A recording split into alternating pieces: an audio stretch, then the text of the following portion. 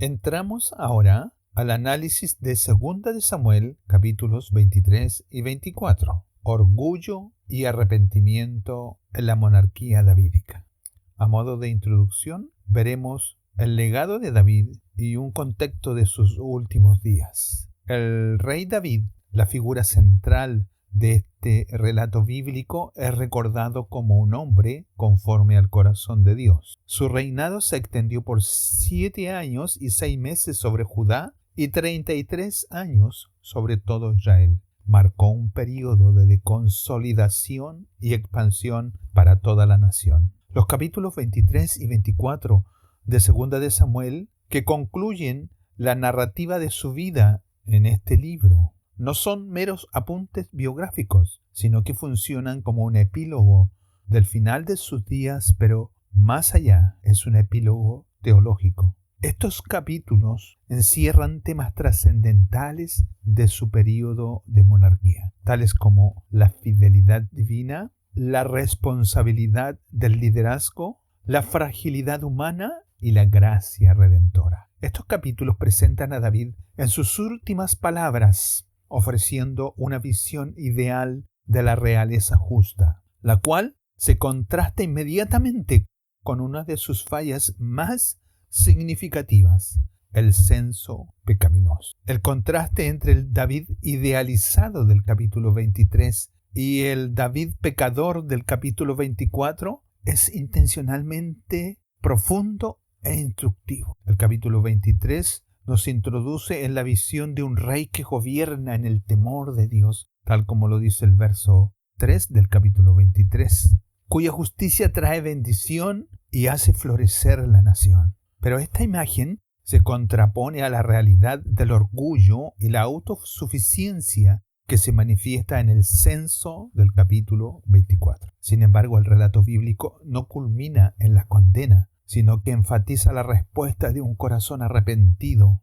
la manifestación de la misericordia divina incluso en medio del juicio y la inquebrantable fidelidad de Dios a su pacto eterno con David. La comparación de 2 de Samuel 23, que describe y lleva por título las últimas palabras de David como el rey ideal, y 2 de Samuel 24, que narra el censo pecaminoso de David, no es una coincidencia literaria. Intencionadamente está hecho así. El capítulo 23 presenta a David como un dulce salmista y alguien que reconoce las bendiciones de Dios sobre los gobernantes justos. Él mismo menciona un pacto perpetuo, lo que muestra la imagen de un rey profundamente conectado con la voluntad divina. Sin embargo, inmediatamente después, el capítulo 24 detalla el censo de David, un acto explícitamente calificado como un pecado. Este acto se vincula directamente con el orgullo y la desconfianza en Dios. El hecho que estos dos capítulos estén en secuencia genera una profunda tensión de grandeza y caída, mirado desde el punto de vista de Dios, destacando que incluso las figuras de fe más grandes, elegidas y bendecidas por Dios, son susceptibles a la fragilidad y el engaño del pecado humano, especialmente el orgullo, y aún más en las etapas finales de sus vidas. Esta disposición del orden del relato bíblico es potente para mostrar que la justicia humana es siempre imperfecta y que la confianza última debe depositarse en la fidelidad de Dios, no en el mérito o la capacidad de gestión del hombre mismo sobre su gobierno, sobre su familia o sobre él mismo en forma preponderante. El relato prefigura la necesidad de un rey perfecto, uno que pueda cumplir verdaderamente los ideales de un gobierno justo sin sucumbir al pecado. Esto señala directamente al Mesías, Jesucristo, quien es el cumplimiento definitivo del pacto davídico. El relato bíblico, por lo tanto, refuerza sutilmente la insuficiencia de la realeza humana y pide de una forma importante y rápida la necesidad de una intervención divina para una redención verdadera y duradera. El capítulo 23 de 2 de Samuel tenemos la visión del rey justo y el pacto eterno. Es comúnmente titulado como las últimas palabras del rey David antes de su muerte. El capítulo 23 de 2 de Samuel se abre con una introducción solemne a las últimas palabras de David, como lo dice el verso 1. Es un oráculo que resuena con la autoridad de un profeta. Damos lectura a los primeros 7 versos de 2 de Samuel, capítulo 23. Estas son las palabras postreras de David. Dijo David, hijo de Isaí, dijo aquel varón que fue levantado en alto, el ungido del Dios de Jacob, el dulce cantor de Israel. El Espíritu de Jehová ha hablado por mí, y su palabra ha estado en mi lengua. El Dios de Israel ha dicho, me habló la roca de Israel. ¿Habrá un justo que gobierne entre los hombres? ¿Que gobierne en el temor de Dios? Será como la luz de la mañana, como el resplandor del sol de una mañana sin nubes, como la lluvia que hace brotar la hierba de la tierra. No es así mi casa para con Dios. Sin embargo, Él ha hecho conmigo pacto perpetuo, ordenando todas las cosas, y será guardado. Aunque todavía no haga Él florecer toda mi salvación y mi deseo, mas los impíos serán todos ellos como los espinos arrancados, los cuales nadie toma con la mano, sino que el que quiere tocarlos se arma de hierro y de asta de lanza, y son del todo quemados en su lugar.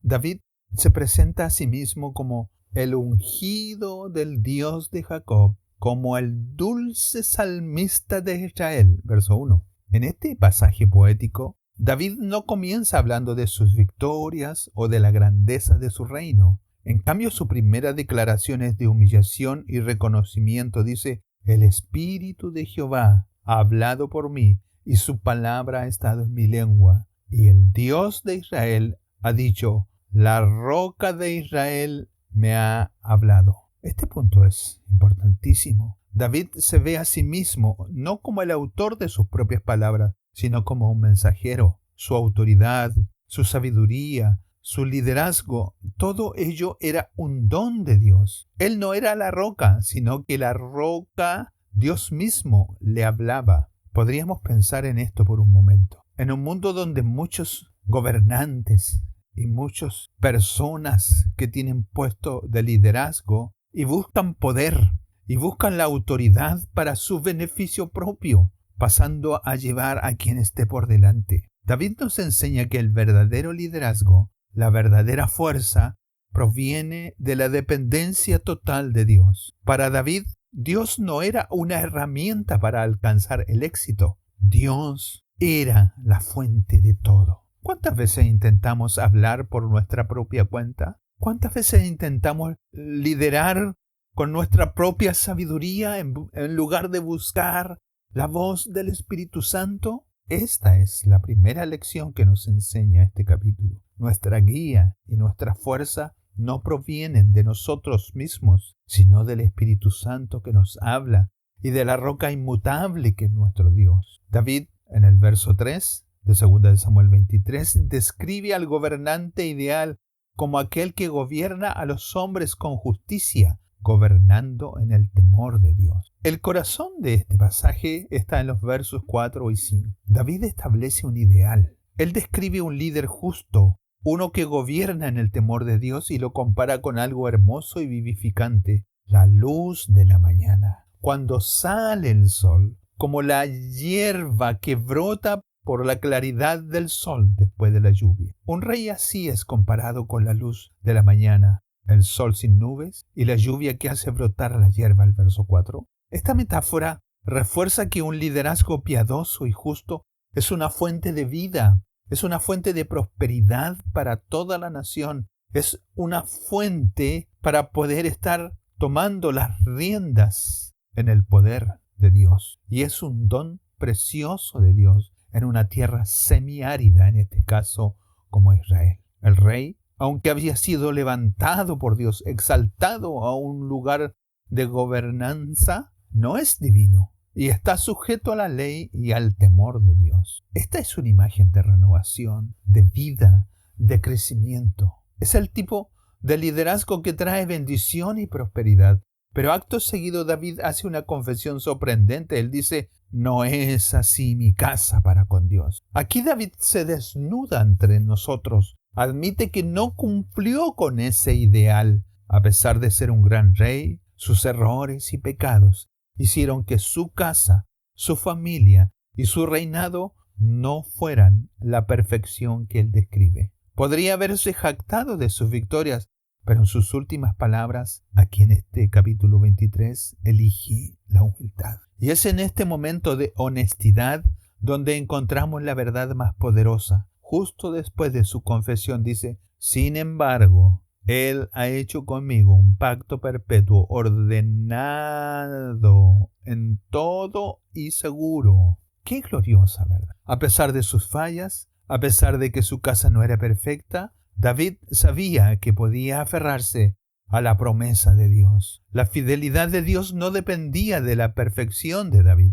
dependía del carácter inmutable de Dios. La lección aquí es inmensa. Nuestra seguridad no está en nuestra propia perfección, sino en el pacto inmutable y fiel de Dios. Él es fiel incluso cuando nosotros fallamos. Este pacto al final es la única esperanza de David y también es la nuestra. Un elemento especial en estas palabras de David es la mención del pacto perpetuo, en el verso 5, que Dios hizo con su casa. Este pacto, que había sido establecido en 2 de Samuel capítulo 7, prometía que el trono de David sería establecido para siempre. David reconoce que la estabilidad de su casa no se basa en sus propios méritos o en su fidelidad, sino está basado en la fidelidad eterna de Dios. Este pacto, aunque terrenal en su manifestación inicial, tiene una profunda implicación futura, escatológica y mesiánica. La promesa de un reino eterno se cumple en Jesucristo, descendiente de David, cuyo reino no es terrenal, sino celestial y sin fin.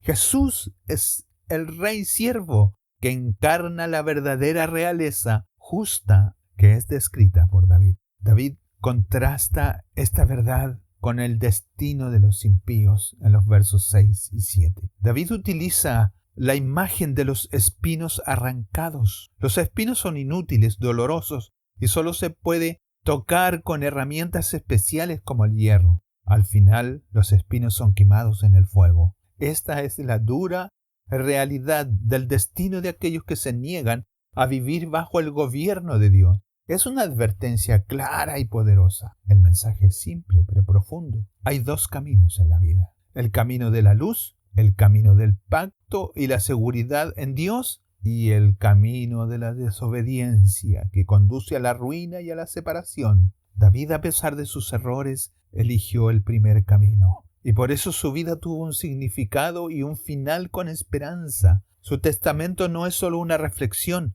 sino un llamado a tomar una decisión. Avanzando en el capítulo 23, los versos 8 al 39, encontramos el relato final como acápite de los valientes de David. Damos lectura a los versos. Estos son los nombres de los varones que tuvo David: Josef, Basebet, el Tacmonita, principal de los capitanes.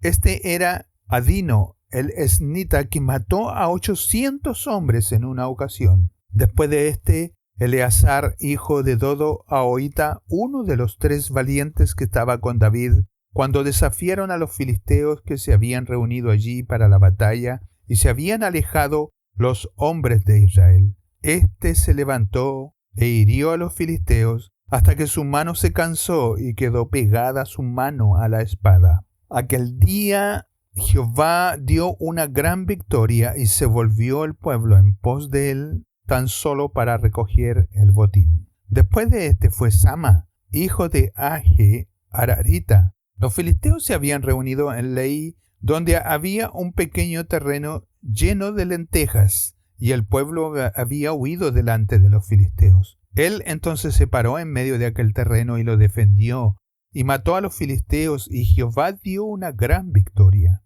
Y 3 de los 30 jefes descendieron y vinieron en tiempo de la siega a David en la cueva de Adulam, y el campamento de los filisteos estaba en el valle de Refaim. David entonces estaba en el lugar fuerte, y había en Belén una guarnición de los filisteos. Y David dijo con vehemencia: ¿Quién me diera a beber el agua del pozo de Belén que está junto a la puerta? Entonces los 3 valientes irrumpieron por el campamento de los filisteos y sacaron agua del pozo de Belén que estaba junto a la puerta, y tomaron y la trajeron a David, mas él no la quiso beber, sino que la derramó para Jehová, diciendo: Lejos sea de mí, oh Jehová, que yo haga esto. ¿He de beber yo la sangre de los varones que fueron con peligro de su vida? Y no quiso beberla. Los 3 valientes hicieron esto. Y Abisai, hijo de Joab,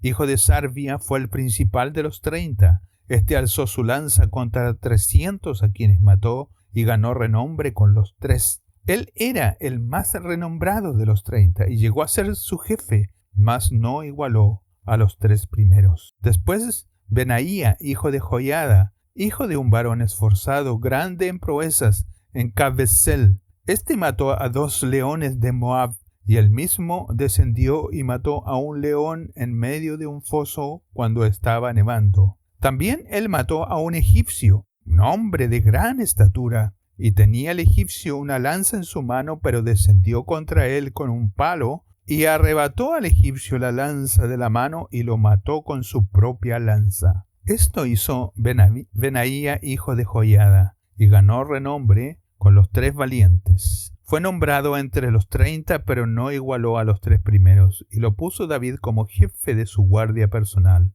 Asael, hermano de Joab, fue de los 30. Elhanán, hijo de Dodo de Belén, Sama, Arodita, Elica, Erodita. Y continúa la lista de todos los valientes de David, hasta el verso 39. La segunda parte del capítulo 23 enumera a los hombres valientes de David, un grupo de guerreros de élite conocidos por su valor y lealtad inquebrantable. Estos hombres, quienes inicialmente se unieron a David cuando era un fugitivo en las cuevas de Adulam, demostraron una fe y un coraje extraordinarios en sus hazañas, a menudo logrando victorias improbables con la ayuda de Dios. Ejemplos como Eleazar, que luchó hasta que su mano se cansó y se pegó a su espada, o Samná, que defendió un campo de lentejas solo contra los filisteos, ilustran esto una dependencia del poder de Dios más allá de la fuerza numérica. Su lealtad no solo fue hacia David como rey,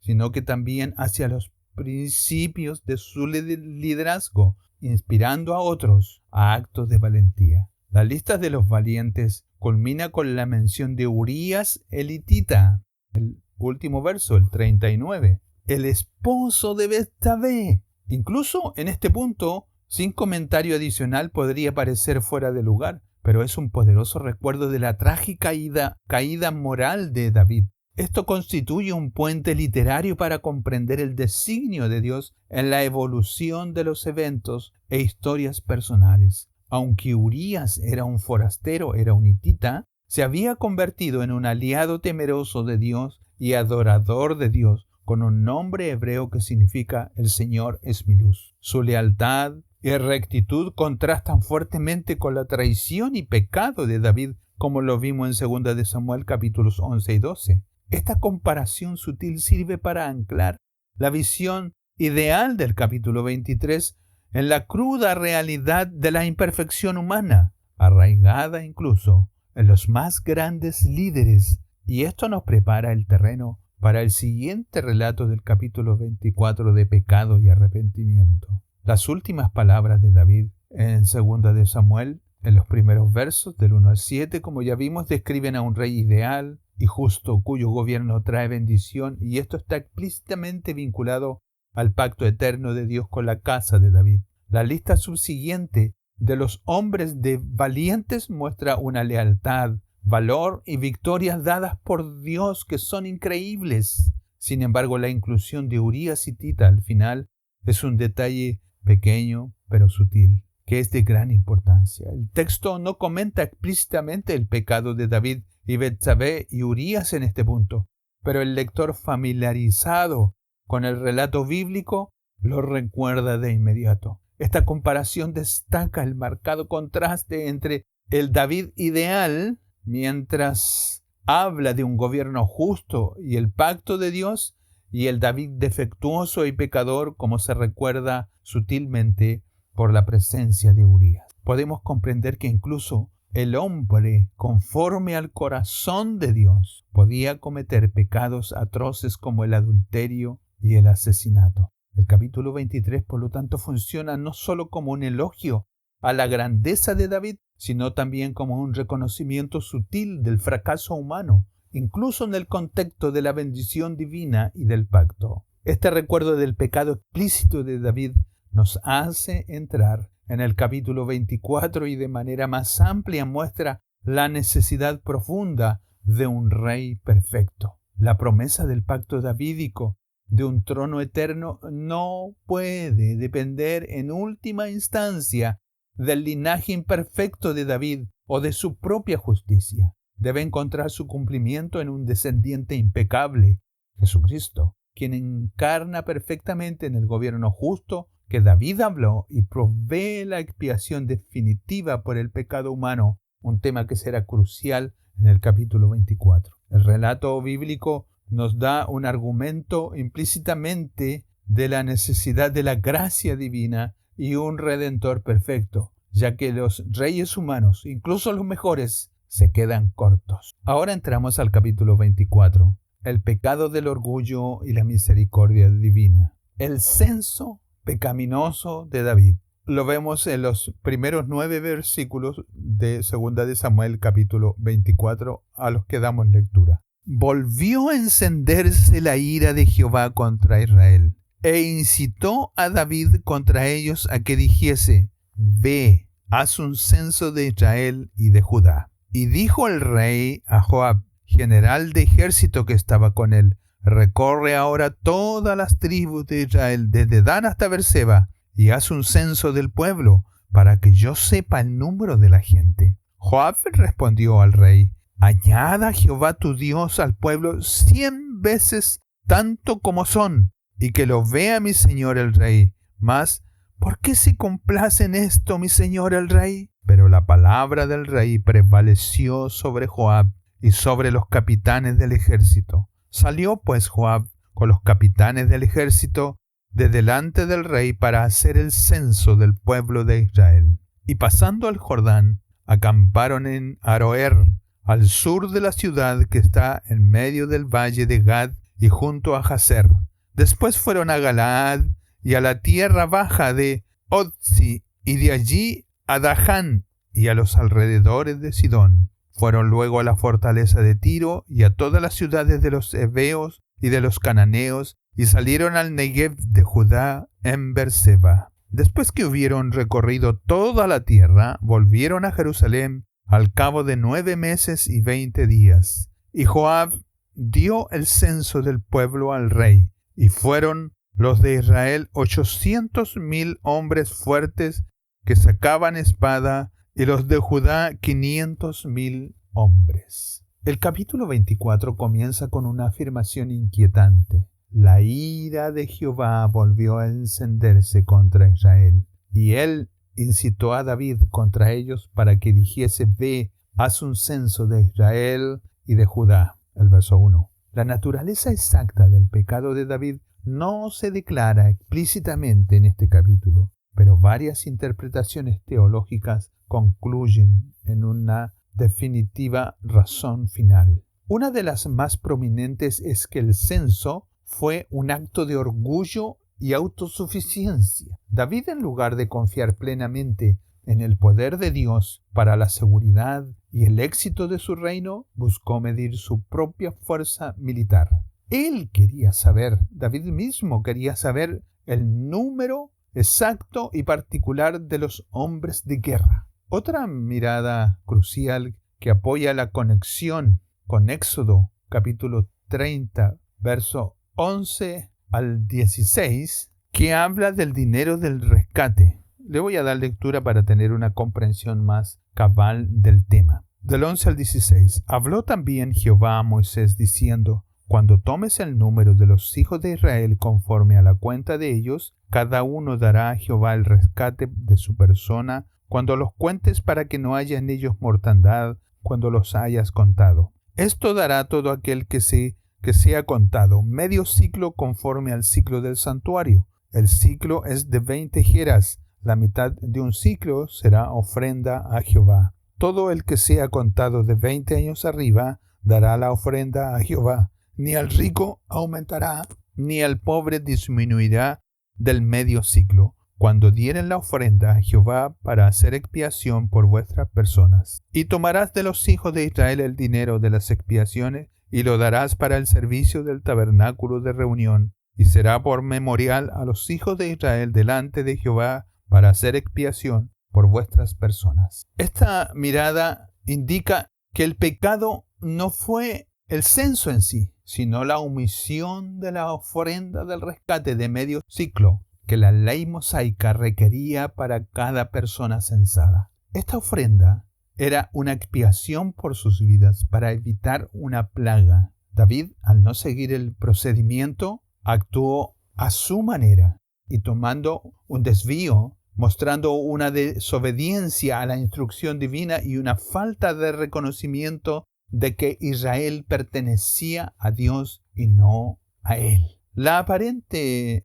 contradicción, como otro punto de diferencia, que aparece en 2 de Samuel capítulo 24:1, donde dice que Dios, él incitó a David. Y en 1 de Crónicas 21:1 nos dice que Satanás se levantó contra Israel e incitó a David. Este es un punto de análisis teológico profundo. La teología bíblica resuelve esto a través del concepto de casualidad múltiple, o hay niveles de responsabilidad agendada. El texto de Santiago 1, verso 13, afirma explícitamente que Dios no es autor de pecado y no tienta a nadie a pecar. Por lo tanto, una incitación directa al pecado, como si viniese de parte de Dios, sería algo tremendamente problemático. La reconciliación de ambas posturas de estos versos radica en comprender la soberanía divina y la agencia secundaria, el nivel múltiple de ordenanza. Dios, en su control supremo, permitió que Satanás tentara a David. Este permiso fue parte del justo juicio de Dios contra el pecado colectivo de Israel, que ya había incurrido en su ira por otras transgresiones. En el pensamiento del pueblo de Israel antiguo de ese tiempo, si Dios permitía algo, se podía decir retóricamente que Él lo hizo para enfatizar su autoridad suprema. Satanás, el adversario, actuó como el instigador directo, aprovechando la oportunidad para tentar a David hacia un acto de orgullo y confianza equivocada. David fue el responsable de ceder a esa incitación y de llevar a cabo el censo. Su voluntad no fue forzada. Él eligió pecar. Por lo tanto, ambos pasajes son complementarios, no son contradictorios, revelando diferentes facetas de la intervención divina y demoníaca y la responsabilidad humana. En esta mirada teológica es crucial para comprender cómo opera Dios en un mundo caído. Nos enseña que si bien las fuerzas del mal pueden tentar y Dios puede permitir pruebas, los seres humanos siguen siendo moralmente responsables de sus elecciones. También destaca que el juicio de Dios a menudo llega a través de medios indirectos o permitiendo que se desarrollen las consecuencias naturales del pecado, incluso cuando son iniciadas por fuerzas adversarias. Esto profundiza la comprensión de la justicia divina y la culpabilidad humana. En el fondo, Dios es soberano. El hombre decide actuar, no es forzado. Él decide actuar en base a sus propias bajezas que hay en el interior de su alma. La objeción de Joab, el comandante del ejército de David, es un fuerte indicador de la naturaleza pecaminosa del censo. Joab a pesar de su propia reputación moral ambigua, sabía que la petición de David no agradaba al Señor y trató de disuadir al rey preguntando: ¿por qué mi señor el rey quiere hacer esto? El verso 3 del Primera de Crónicas 21, que refuerza el relato de Segunda de Samuel 24. Su resistencia y la tardanza en completar la tarea, 9 meses y 20 días, muestran que la orden de David era abominable y reconocida como una transgresión incluso por aquellos menos piadosos. David, sin embargo, anuló toda voz disidente y consiguió al final lo que su orgullo quería que así fuese. Qué desastroso es esto. Nos enseña algo tremendo esto. Cuando los dirigentes quieren hacer algo a su manera,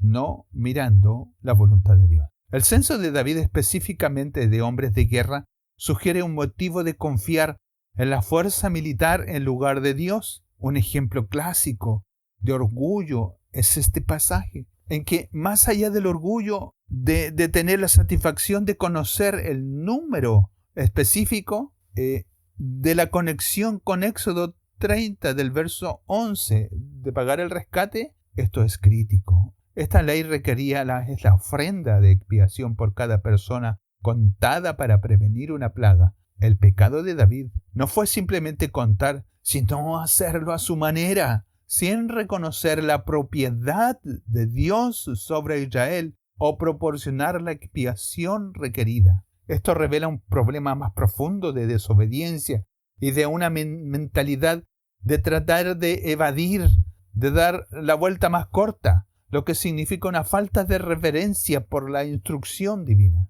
¿Qué quiere decir esto? Que a veces un objetivo no está malo, pero la forma en que se hacen las cosas es lo malo. Cómo se instiga, cómo se urden ideas, cómo se presiona a las personas para que hagan tales cosas. Este manejo de las relaciones es lo que Dios está condenando tremendamente, porque el resultado es producto del orgullo de David.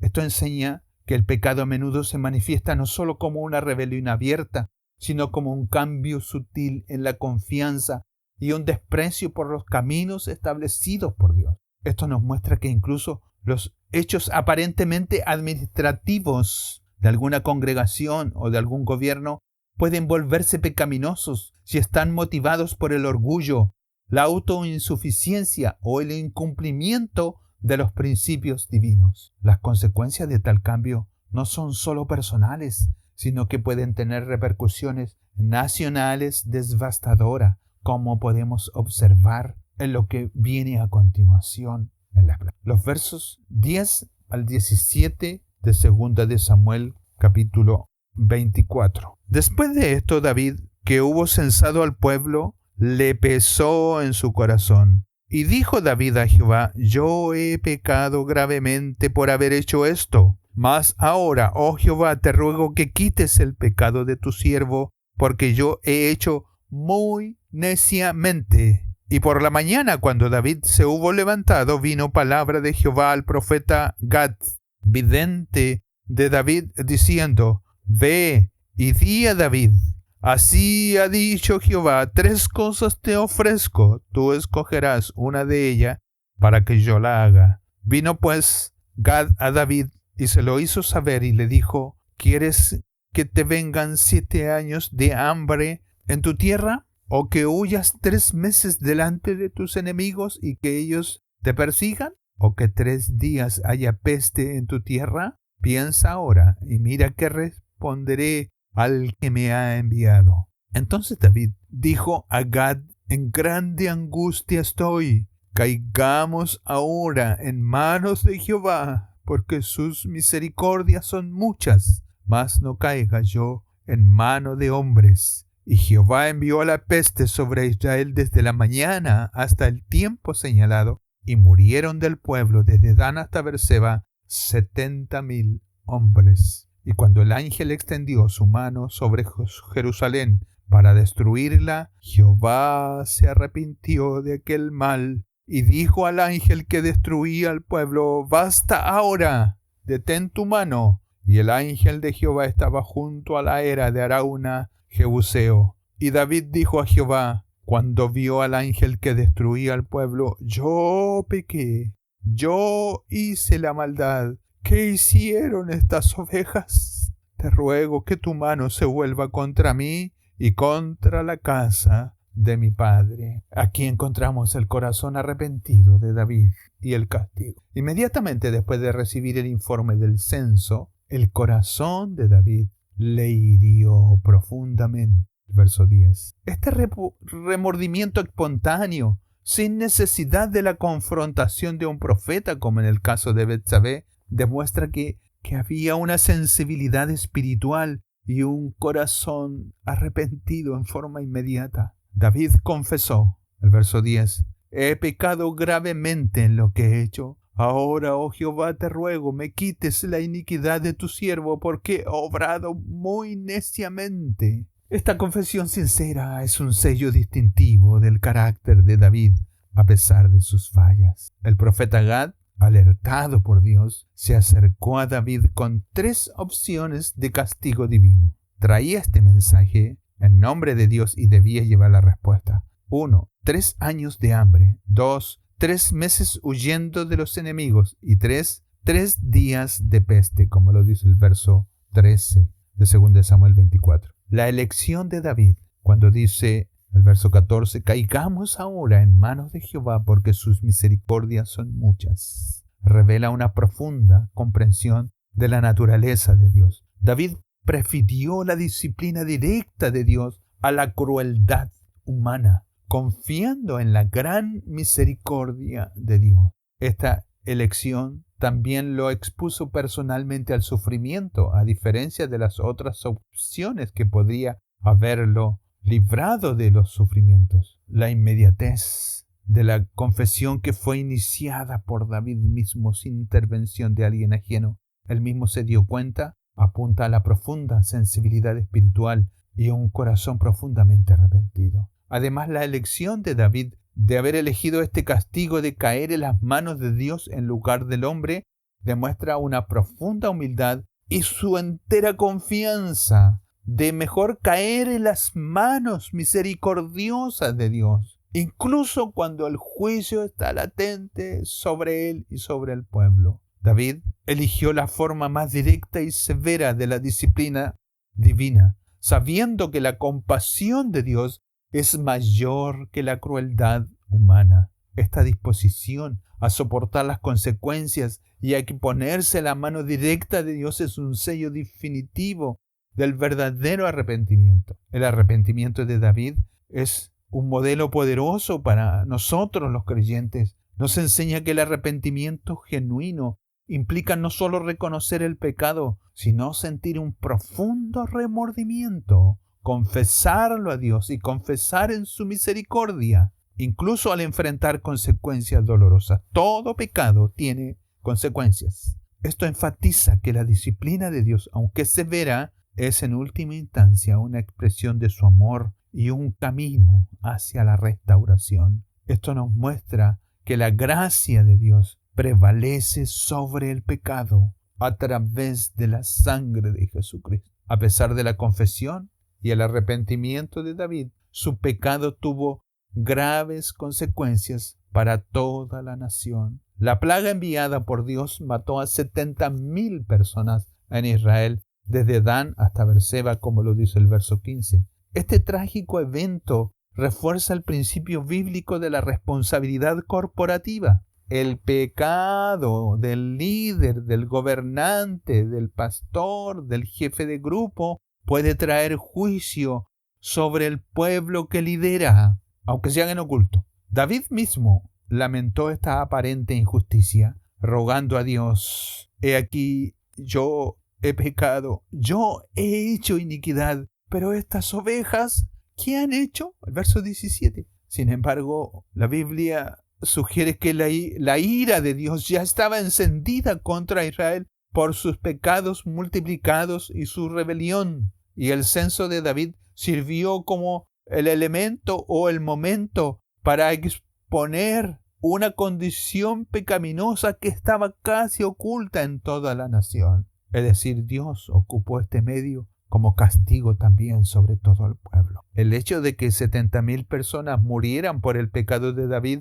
lo que puede parecer injusto desde la perspectiva moderna, es un punto de reflexión importante. El relato bíblico comienza afirmando que la ira de Jehová volvió a encenderse contra todo el Israel. Verso 1. Esto implica una condición preexistente de pecado nacional. El censo de David, si bien fue su pecado personal, sirvió como el punto de quiebre o un medio para que Dios trajera juicios sobre toda la nación por sus propios pecados multiplicados y por su rebelión. Esto resalta el concepto de la responsabilidad corporativa y la interconexión del pecado dentro de una comunidad, especialmente bajo una cabeza de pacto como un rey, un gobernante, un líder. Las acciones de un líder pueden exponer y desencadenar el juicio divino sobre una nación que ya lo merece. Las 70,000 muertes no fueron solo por el pecado de David, sino por la iniquidad colectiva de la nación, siendo el acto de David la causa inmediata de la disciplina divina. Esto enseña a nosotros los creyentes sobre el profundo impacto del liderazgo, tanto para el bien como para el mal, y muestra que el pecado rara vez es un elemento aislado. Su efecto tipo dominó, que pueden desencadenarse uno tras otro, pueden extenderse mucho más allá de la persona, afectando a familias, a comunidades, a naciones, a través del tiempo. Recordemos el caso que Dios trajo hambre por causa del pecado de Saúl, por haber casi exterminado a los gabaonitas. Habían pasado muchos años. También nos recuerda que la justicia de Dios, incluso cuando sus manifestaciones parecen duras, y la importancia de buscar justicia en todos los niveles de la sociedad. Los versos 18 al 25 del capítulo 24 de Segunda de Samuel nos muestran el altar en la era de Arauna. Doy lectura a los versos. Y Gad vino a David aquel día y le dijo: sube y levanta un altar a Jehová en la era de Arauna Jebuseo. Y subió David conforme al dicho de Gad, según había mandado Jehová. Y Arauna miró y vio al rey y a sus siervos que venían hacia él. Y saliendo entonces Arauna se inclinó delante del rey rostro a tierra. Y Arauna dijo: ¿por qué viene mi señor el rey a su siervo? Y David respondió: para comprar de ti la era, a fin de edificar un altar a Jehová, para que cese la mortandad del pueblo. Y Arauna dijo a David: tome y ofrezca a mi señor el rey lo que bien le pareciere. Y he aquí bueyes para el holocausto, y los trillos y los yugos de los bueyes para la leña. Todo esto, oh rey. Arauna lo da al rey. Luego dijo Arauna al rey: Jehová tu Dios te sea propicio. Y el rey dijo a Arauna: no, sino por precio te lo compraré, porque no ofreceré a Jehová mi Dios holocaustos que no me cuesten nada. Entonces David compró la era y los bueyes por 50 siclos de plata, y edificó allí David un altar a Jehová, y sacrificó holocaustos y ofrendas de paz. Y Jehová oyó las súplicas de la tierra, y cesó la plaga en Israel. En el punto más alto de la plaga, cuando el ángel del Señor estaba a punto de destruir Jerusalén, el verso 16 de 2 Samuel 24 dice: Jehová se arrepintió de aquel mal, y dijo al ángel que destruía al pueblo: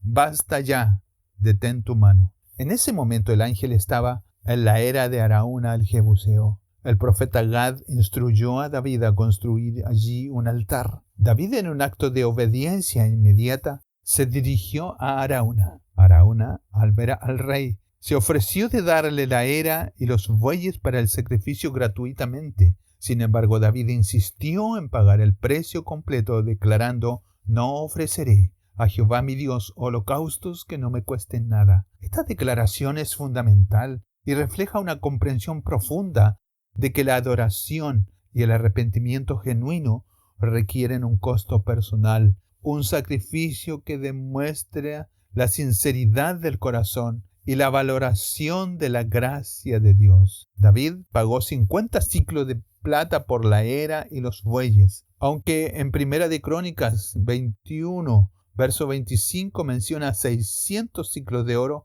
lo que se interpreta como el precio de toda la propiedad para el futuro templo. David construyó el altar y ofreció holocaustos y sacrificios de paz. Y Jehová oyó las súplicas de la tierra y cesó la plaga de Israel. La insistencia de David en pagar por la era, a pesar de la oferta gratuita de Araúna, es un detalle con un profundo significado teológico. La declaración de David: no ofreceré a Jehová mi Dios holocausto que no me cueste nada, es un principio teológico profundo. Significa que la verdadera adoración y el arrepentimiento genuino no son pasivos ni baratos. David entendió que para que su sacrificio fuese significativo y aceptable para Dios, tenía que implicar un costo personal y un esfuerzo. Una ofrenda sin costo disminuiría la seriedad de su pecado y el valor de la misericordia de Dios. Esto demuestra que su arrepentimiento no fue meramente verbal, sino que se manifestó en un acto tangible de entrega de sacrificio, reflejando un corazón completamente vuelto hacia Dios. Esto contrasta fuertemente con su mentalidad anterior de evadir la responsabilidad en el censo. Este acto de David establece un precedente para la adoración que valora la gracia de Dios y reconoce el costo del pecado. Nos enseña que la fe verdadera se demuestra a través de acciones que implican sacrificio personal, lo que valida la autenticidad del arrepentimiento. La era de Araúna adquirió un significado teológico inmenso. Este mismo lugar es identificado tradicionalmente con el monte Moria, donde Abraham estuvo a punto de sacrificar a Isaac, su hijo, Génesis capítulo 22, verso 2, y donde Salomón, el hijo de David, construiría más tarde el templo, el centro de la adoración de Israel, Segunda de Crónicas capítulo 3, verso 1. Este sitio se convierte así en un lugar de juicio y de misericordia, donde la plaga fue detenida, donde se ofreció el sacrificio y se detuvo el juicio. La compra de David sentó las bases para el lugar de expiación y la presencia de Dios entre su pueblo. Además, la tradición sugiere que este mismo monte es el lugar donde 1000 años después Jesús sería crucificado, convirtiendo un lugar de juicio en un lugar de gracia y redención suprema para los pecados del mundo. Esta conexión con el monte Moria y la futura crucifixión de Cristo refuerza la continuidad del plan redentor de Dios a lo largo de la historia bíblica. El lugar donde el juicio fue detenido por el sacrificio de David prefigura el lugar donde el juicio final por el pecado sería satisfecho a través del sacrificio de Jesús. Esto resalta la fidelidad de Dios a su pacto y su provisión en medio para la expiación, culminando en el sacrificio de Cristo. Así, para ir terminando este comentario, veremos algunas lecciones y enseñanzas para nosotros que nos dejan estos capítulos en este tiempo. Los capítulos finales de Segunda de Samuel nos ofrecen profundas lecciones teológicas que trascienden el contexto histórico de David y su reino, proporcionando principios que saltan del pasado hasta nosotros para recoger sus profundas enseñanzas. Primero, la naturaleza insidiosa del orgullo y la autosuficiencia.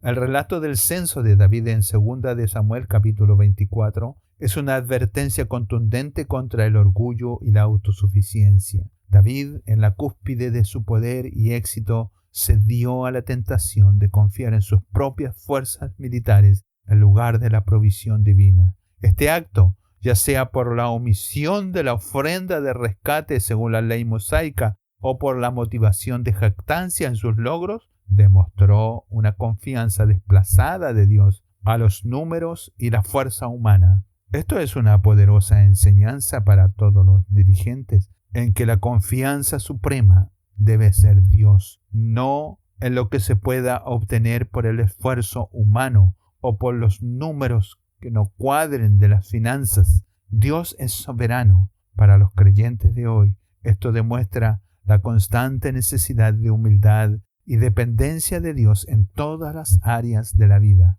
En un mundo donde valora la autonomía, el logro personal, la historia de David nos recuerda que la verdadera seguridad y el éxito provienen de la fidelidad a Dios y no de la acumulación de recursos o la confianza en las propias capacidades. El peligro del orgullo no disminuye con la madurez espiritual o el éxito. De hecho, pueden volverse más sutiles y peligrosos. Como dice Proverbios capítulo 16, verso 18, antes del quebrantamiento es la soberbia, y antes de la caída es la altivez de espíritu. 2. La esencia del corazón arrepentido y la gracia divina. El arrepentimiento de David en los versos 10 al 17 del capítulo 24 es un modelo de sinceridad y autenticidad. Su remordimiento inmediato y su confesión sin que nadie lo presionara proféticamente revelan una profunda sensibilidad espiritual. Su elección de caer en las manos de Dios en lugar de las del hombre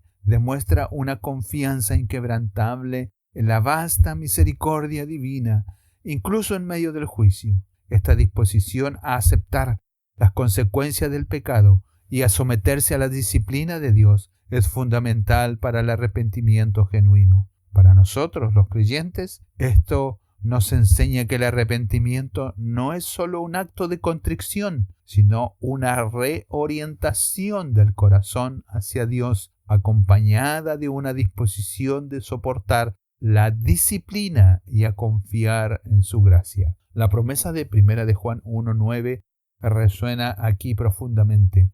Si confesamos nuestros pecados, Él es fiel y justo para perdonar nuestros pecados y limpiarnos de toda maldad. La historia de David nos asegura que aunque el pecado tenga consecuencia, la misericordia de Dios es siempre mayor y está disponible para aquellos con un corazón verdaderamente arrepentido. 3. La responsabilidad del liderazgo y la interconexión del pecado. La plaga que asoló a Israel a causa del censo de David ilustra vívidamente el principio bíblico de la responsabilidad corporativa. El pecado de un líder puede tener repercusiones devastadoras en toda la comunidad que él lidera. Aunque David lamentó la suerte del pueblo cuando dice, estas ovejas, ¿qué han hecho? Sugiere que la ira de Dios ya estaba encendida contra Israel por sus propias transgresiones. El censo de David sirvió como un acelerador para un juicio ya merecido. Esta lección es crucial para los líderes de cualquier esfera de la vida, la familia, la iglesia, la sociedad, recordándole que el peso de sus decisiones y la profunda influencia que ellos ejercen, donde la responsabilidad final, más allá de todo lo administrativo, son las ovejas, por sobre todo bien material que se pueda obtener de ellas. No se puede preferir perder ovejas a cambio del orgullo y de los bienes materiales. No se puede excluir a un pequeño rebaño a cambio de la construcción de un templo. Para todos los creyentes esto destaca la interconexión de la comunidad de la fe y el impacto que el pecado individual puede tener sobre todo el cuerpo colectivo. Para nosotros de la iglesia nos llama a la oración por los que están al frente y nos llama a nosotros a la responsabilidad personal, reconociendo que nuestras acciones no existen en un vacío. Como dice 1 Corintios 12:23, si un miembro padece, todos los miembros se duelen con él, y si un miembro recibe honra, todos los miembros se gozan con él. 4. El sacrificio costoso y la adoración genuina. La insistencia de David en pagar por la era de Araúna para ofrecer sacrificios, cuando dice no ofreceré a Jehová mi Dios holocausto que no me cueste nada, es una enseñanza fundamental sobre la adoración y el arrepentimiento. Demuestra que la verdadera devoción no es barata ni pasiva, requiere un costo personal y un esfuerzo que refleje la sinceridad del corazón y la valoración de la gracia de Dios. Este principio contrasta con la mentalidad de evasión que pudo haber motivado el censo inicial de David.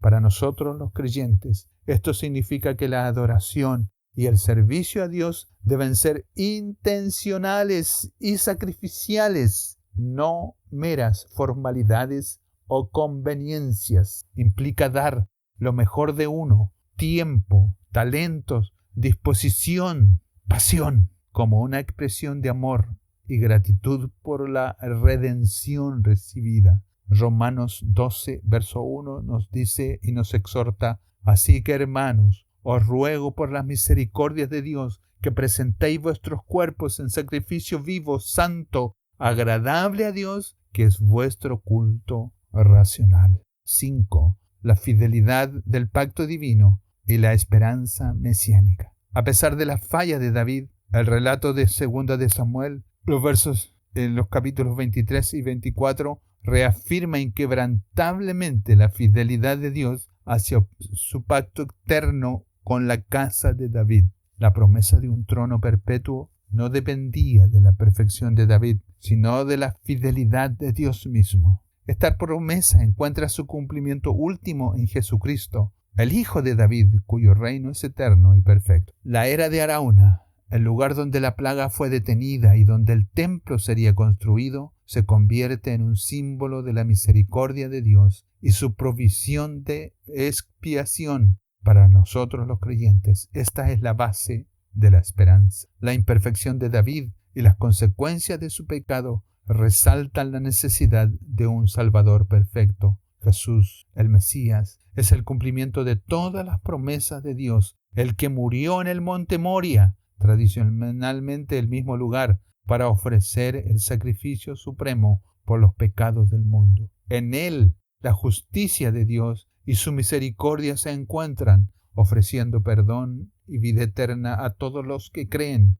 La fidelidad de Dios a su pacto con David nos asegura su fidelidad a su pacto de gracias con nosotros a través de Jesucristo. Las últimas palabras de un hombre a menudo revelan la esencia de su vida y las verdades más profundas que ha aprendido. En los capítulos 23 y 24, que son los capítulos finales de los libros de Samuel, el segundo libro, aquí presenciamos los momentos finales de la vida del rey David. Un hombre que, a pesar de sus errores, fue reconocido como un hombre conforme al corazón de Dios. Estos capítulos no son meramente un epílogo de su reinado, sino que contienen valiosas lecciones y enseñanzas que resuenan con fuerza en la vida de todos nosotros, los creyentes de hoy, en este tiempo. Así, las últimas palabras de David refuerzan los temas en el capítulo 23 junto con los valientes de David. El capítulo 23 se divide en dos partes, las últimas palabras de David y la lista de los valientes. Ambas secciones ofrecen una rica fuente de inspiración. Los versos 1 al 7, en este cántico de David, al reflexionar sobre su vida, no se centra en sus logros personales, sino en el pacto que Dios hizo con él. Él reconoce que su reinado y su casa no son el resultado de su propia fuerza, sino de la alianza perpetua que Dios estableció con él, ordenada en todas las cosas y segura. Así aprendemos nosotros como lección que en un mundo de incertidumbre, esta es una poderosa lección de fe. Nuestra seguridad y nuestra esperanza no radican en nuestras propias habilidades o en las circunstancias cambiantes, sino en el carácter inmutable de Dios y en las promesas que Él ha hecho. La fidelidad de Dios es nuestra ancla. Él es fiel a su palabra y sus promesas son seguras sin importar las dificultades que enfrentemos. Tenemos el poder del Espíritu Santo. David atribuye sus palabras y su liderazgo a la inspiración divina. Él dice: el Espíritu del Señor habló por mí y su palabra estuvo en mi lengua. El Dios de Israel dijo: la roca de Israel me habló. Así aprendemos como lección que esta es una clara afirmación del rol del Espíritu Santo en la vida del creyente. David no gobernó por su propia sabiduría, sino por la guía y el poder de Dios. De la misma manera, nosotros los creyentes hoy no estamos solos en nuestra lucha o en nuestro servicio. El mismo Espíritu Santo que inspiró a David vive en nosotros, dándonos la capacidad para vivir una vida que honre a Dios y para hablar sus verdades al mundo. Y la lección de los valientes, en que se nos muestra al final del capítulo 23 la lista de los valientes, que es un testimonio del poder del liderazgo y del servicio desinteresado. Estos hombres no solo lucharon junto a David, sino que arriesgaron sus vidas para servir a su rey. Un ejemplo notable es el de Eleazar, quien luchó hasta que su mano se cansó y se quedó pegada a la espada, o el de los 3 valientes que arriesgaron para traerle agua de Belén a David. Como lección, podemos ver que la fidelidad de estos hombres nos inspira a ser valientes en nuestra propia fe. El servicio a Dios no siempre es fácil, pero la lealtad, el sacrificio y la perseverancia son características que honran a Dios. Así como estos hombres fueron leales a su rey terrenal, nosotros somos llamados a ser leales a nuestro Rey Celestial Jesucristo, sirviéndole con dedicación y sin importar el costo. El capítulo 24 nos ofrece lecciones de tentación, arrepentimiento y la gracia de Dios, con lecciones profundas sobre el orgullo, mostrándonos cómo profundamente la gracia redentora de Dios es sobre el arrepentido. Así tenemos el peligro del orgullo. David, incitado por Satanás, decide censar al pueblo. La motivación detrás de este censo no es la necesidad práctica, sino un deseo de contar su poder militar. Es una manifestación de orgullo, confiando en sus propios ejércitos en lugar de la protección de Dios. Como lección podemos sacar que el corazón humano es propenso a la tentación del orgullo. Podemos caer fácilmente en la trampa de confiar en nuestras propias fuerzas, en nuestros logros, en nuestra riqueza o en nuestra posición. Este pasaje es un recordatorio de que nuestra verdadera fortaleza no proviene de lo que poseemos o de lo que hemos logrado, sino de nuestra total dependencia de Dios. El peso de la conciencia y el arrepentimiento aparece después de haber completado el censo. David es consumido por su conciencia. Él reconoce su pecado y confiesa: he pecado gravemente en lo que he hecho. Y David acepta el castigo de Dios, reconociendo que Dios es misericordioso. Así aprendemos nosotros que el arrepentimiento genuino es una característica esencial de la vida de un creyente. No se trata de sentir remordimiento, sino de reconocer nuestro pecado, confesarlo a Dios y aceptar las consecuencias, confiando en su misericordia. El dolor del pecado nos lleva de vuelta a los brazos de un Dios que está listo para perdonar y restaurar. Y así, al final, vemos el altar como un lugar de expiación y adoración. Para detener la plaga, David debe ofrecer sacrificios en la era de Arauna. David insiste en pagar el precio completo por el terreno y los bueyes, diciendo: no ofreceré al Señor mi Dios holocaustos que no me cuesten nada. Como lección podemos ver que el verdadero sacrificio, la verdadera oración, tiene un costo. No se trata de ofrecer a Dios lo que nos sobra o lo que es fácil, sino de darle lo mejor de nosotros mismos, incluso si eso implica un sacrificio personal. El altar de David se convierte en un símbolo del lugar donde nos encontramos con Dios, donde ofrecemos nuestras vidas como un sacrificio vivo y donde experimentamos su gracia y perdón. Este altar prefigura la cruz de Cristo, el sacrificio supremo que costó todo para redimirnos. Así llegamos ya al final de este análisis de estos 2 capítulos, 23 y 24 de 2 de Samuel. Aunque narran los últimos días de David, ofrecen una profunda meditación teológica sobre la naturaleza del liderazgo, el pecado y la redención. La comparación de la visión ideal de David sobre un rey justo y su posterior caída en el orgullo del censo refuerza la persistente fragilidad humana, incluso en aquellos más cercanos a Dios. Este relato muestra a un David humano, sujeto a pasiones, pero también señala la insuficiencia de cualquier monarca terrenal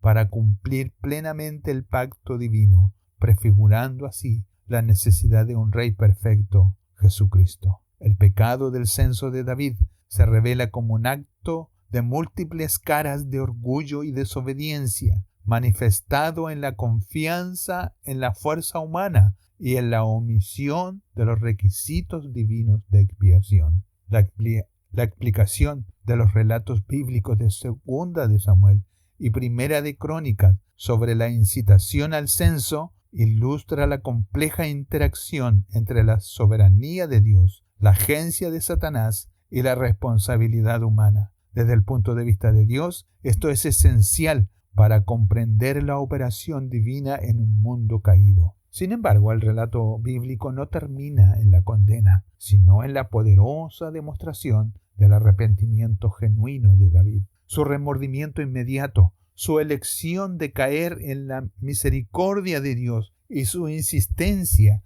en un sacrificio que cuesta. En la era de Araúna, es un modelo perdurable de cómo un corazón contrito busca la reconciliación con Dios.